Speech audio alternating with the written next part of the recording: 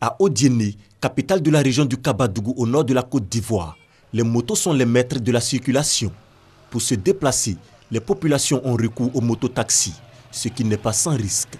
Ces engins à 2 ou 3 roues sont en majorité la cause des accidents de la route. Ici dans le Kabadougou, nous intervenons beaucoup plus au niveau des AVP, accidents de la voie publique, par moins d'une quarantaine. C'est la méconnaissance en fait du code de la route. Nous allons vraiment nous atteler à les sensibiliser au port de casque et puis vraiment à rouler vraiment avec beaucoup de prudence. Sensibilisation pour éviter des cas d'accident.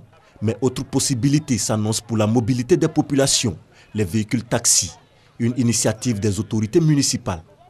Odiéné a été doté depuis 2015 d'un aéroport international. Et cet aéroport-là reçoit 2 vols par semaine et par moment, quand nous avons des activités, plus de 2 vols par semaine avec la compagnie nationale Air Côte d'Ivoire. Aujourd'hui, nous avons des gens qui viennent de d'autres villes à Odiéné pour passer des week-ends, passer des longs week-ends. Et à l'aéroport, vraiment pour le nom d'Odiéné, il fallait que nous ayons des taxis dignes d'Odiéné. Et nous espérons que le privé va suivre après et que nous aurons des compagnies de taxis pour pouvoir équiper la ville pour que le problème de mobilité soit un problème définitivement résolu. Les taxis sont actuellement à l'essai dans la ville et déjà des habitants conquis.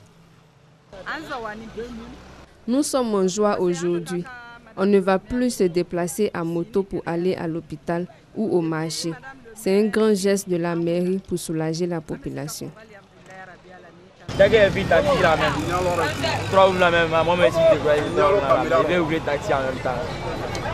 il a tenté, il fait tout possible pour faire permis aussi et rouler taxi voiture. Il y a nos clients qui souffraient. Quand ils viennent aller à la maison, souvent il y a la pluie, c'est un moto-taxi qui est là. Il y a beaucoup qui ne supportent pas l'arrivée des taxis, les nouveaux taxis à Odiéné. Vraiment, on ne sait pas comment il faut le remercier. Le mot nous manque. Oui, ça va changer beaucoup de choses parce qu'on serait toujours à l'heure au travail. On ne serait plus obligé de prendre des taxis motos. Ça va beaucoup éviter les accidents. Les taxis à Odiéné, une contribution au rayonnement de la commune. La ville s'ouvre de plus en plus au monde. Elle a abrité en mai dernier le Forum régional des villes intermédiaires. L'événement a réuni plusieurs pays africains.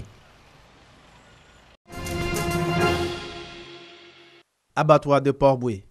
À 10 jours de la Tabaski, la fête du mouton, ce n'est pas la grande affluence.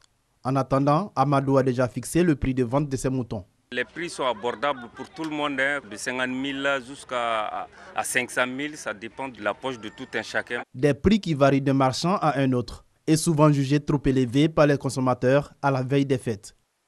Bokoum, un des chefs du parc à bétail, en donne les raisons. Une fois qu'il y a les fêtes, les transporteurs, le prix là, il augmente. Donc on est obligé d'augmenter un peu aussi.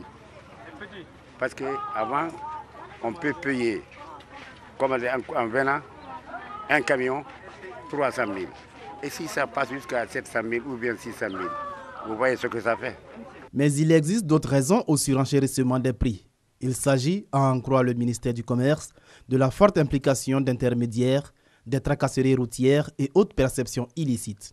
La rencontre avec les acteurs de la filière bétail a été l'occasion pour le directeur du commerce intérieur de rappeler les dispositions prises pour lutter contre ces faux frais. Il est tellement de rappeler à l'ensemble des acteurs l'ensemble du dispositif de lutte contre les faux frais dans la filière bétail-viande à travers donc l'unité de lutte contre le racket, avec l'appui des préfets, des forces de l'ordre pour, je dirais, sécuriser les routes d'approvisionnement et permettre donc au bétail de pouvoir arriver dans les marchés terminaux sans trop d'entraves.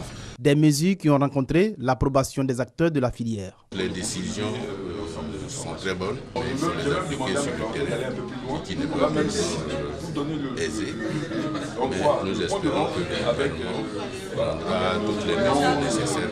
Nous sommes prêts à faire venir beaucoup de commerçants, afin que le marché soit abondamment ravitaillé. Selon les acteurs de la filière, ces mesures du gouvernement, si elles sont respectées, contribueront à faire baisser le prix du mouton.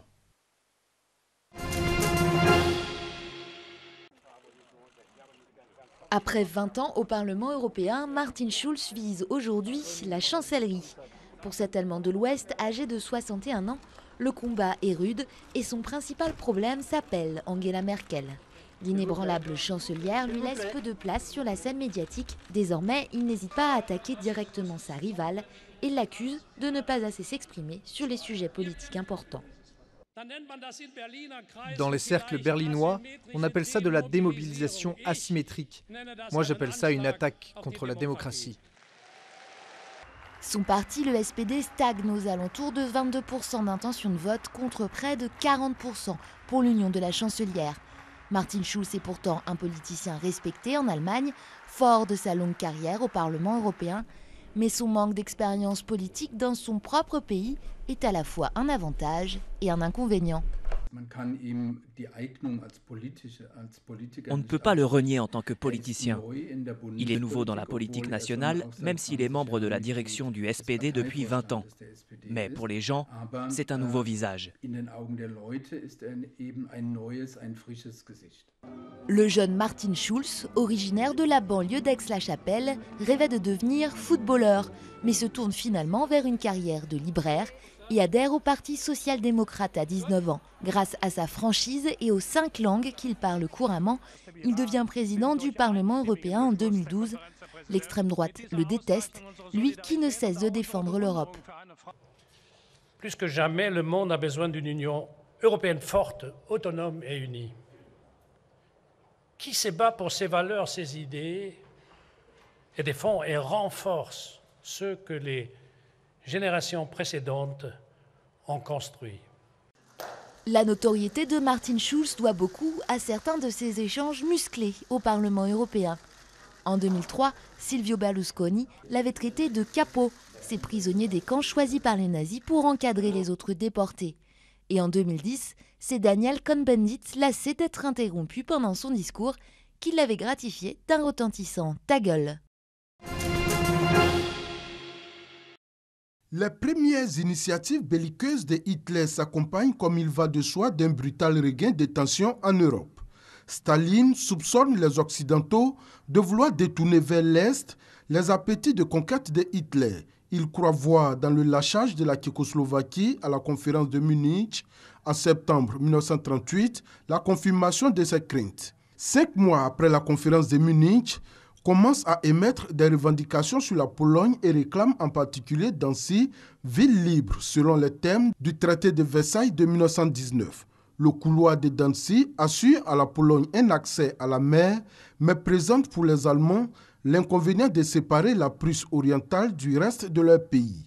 Le 15 mars 1939, la Wehrmacht entre à Prague et transforme ce qui reste de la Tchécoslovaquie en une colonie allemande. Le 23 mars 1939, accessoirement, elle occupe le district de Memel en Lituanie. Ce petit territoire germanophone est de chef rattaché à la Prusse orientale. Pour circonvenir la menace allemande, Staline négocie d'abord un rapprochement avec les Français et les Britanniques. Un projet d'accord est bouclé le 22 juillet 1939, mais le dictateur refuse de le signer car les Occidentaux n'autorisent pas ses troupes à entrer en Pologne et en Roumanie en cas d'agression allemande.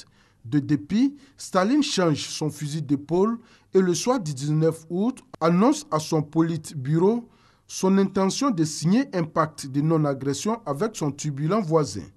À Berlin, Joachim von Ribbentrop, ministre des Affaires étrangères depuis le 4 février 1938, convainc Hitler que les Occidentaux sont trop timorés pour jamais oser répondre aux provocations allemandes et l'entraîne dans un rapprochement avec Staline en vue du dépeçage de l'Europe centrale. Lui-même se propose d'aller à Moscou négocier un partage de la Pologne et des pays baltes.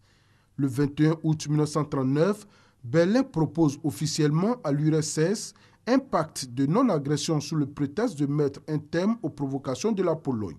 Le pacte est bouclé 3 jours plus tard par von Ribbentrop et son homologue soviétique Vyacheslav Molotov.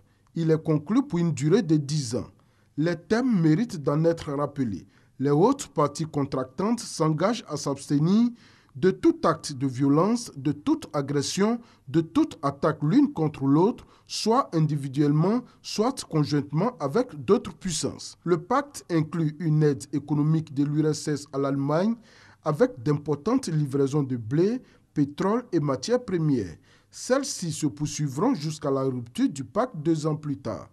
Une clause secrète prévoit le partage de la Pologne en zone d'influence allemande et soviétique, la limite passant par les fleuves Narew, Vistule et San. Une autre clause secrète prévoit la livraison à l'Allemagne nazie des militants communistes allemands réfugiés en URSS.